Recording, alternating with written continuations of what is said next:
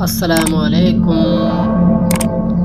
ہمارے message of peace YouTube channel کو subscribe کریں، بیل آئیکن پریس کریں۔ شکریہ۔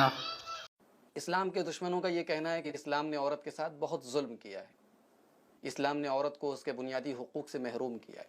آج کی اس نشست میں ہم دشمنان اسلام کے اسی الزام کا جائزہ لیں گے اور ہم یہ دیکھیں گے کہ اسلام نے عورت کو واقعی میں کیا حیثیت دی ہے، کیا مقام دیا ہے۔ اس چیز کو سمجھنے کے لیے آئیے ہم آج سے 1400 سال پہلے جب عرب کی سرزمین پر اسلام کا سورج طلوع ہوا، ہم اس وقت دنیا میں مختلف تہذیبوں میں، مختلف ملکوں میں عورت کی کیا حیثیت تھی، عورت کا کیا مقام تھا، عورت کو کیا درجہ دیا جاتا تھا، ہم یہ دیکھیں۔ مورخین لکھتے ہیں، تاریخ نگاران لکھتے ہیں، ہسٹری کے ماہرین لکھتے ہیں کہ عورت دنیا کے اندر ہر علاقے میں، ہر ملک میں نہایت ہی ذلیل اور گندی اور گھناؤنی سمجھی جاتی تھی۔ یونان کے اندر آپ دیکھیے، یونان کے اندر عورت کو ایک سامان کی طرح مارکیٹ میں بیچا جاتا تھا اور خریدا جاتا تھا۔ ہندوستان کے اندر عورت کو اس کے شوہر کے مرنے کے بعد اس کے شوہر کے ساتھ جلا دیا جاتا تھا۔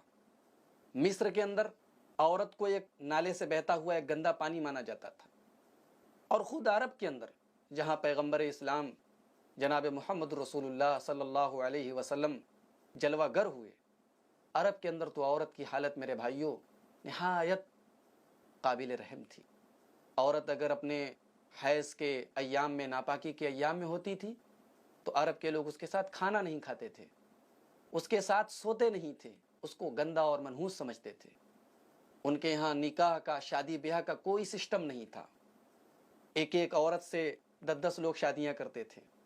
جس انسان کو اپنی اولاد کو شریف اور اچھا بنانا ہو، وہ اپنی عورت کو کسی بہت بڑے آدمی کے گھر کچھ دنوں کے لیے چھوڑ دیتا تھا، اور پھر اس سے جو اولاد پیدا ہوتی تھی اس کو بہت معزز اور بہت محترم اور بہت سمان اور عزت کے لائق مانا جاتا تھا۔ طلاق کا بھی ان کے یہاں کوئی سسٹم نہیں تھا۔ عورت کو جائیداد میں حصہ دینا یا وراثت کا حقدار ماننا یہ تو بہت دور کی بات ہے۔ ان کا تو یہ حال تھا کہ وہ عورت کو بھی وراثت کا ایک مال سمجھتے تھے۔ باپ کے مرنے کے بعد جیسے اور چیزوں کا حصہ لگتا تھا، ویسے ماں کا حصہ لگتا تھا۔ اس تہذیب میں اور اس ملک میں جناب محمد رسول اللہ صلی اللہ علیہ وسلم آئے اور آپ نے دنیا کو یہ پیغام سنایا، یا ایھا الناس انا خلقناکم من ذکر وانثی وجعلناکم شعوبا وقبائل لتعارفوا۔ اے عورت کو حقیر سمجھنے والوں، یہ مت بھولو کہ اس کائنات میں انسان کی تخلیق ایک مرد اور ایک عورت سے ہوئی ہے۔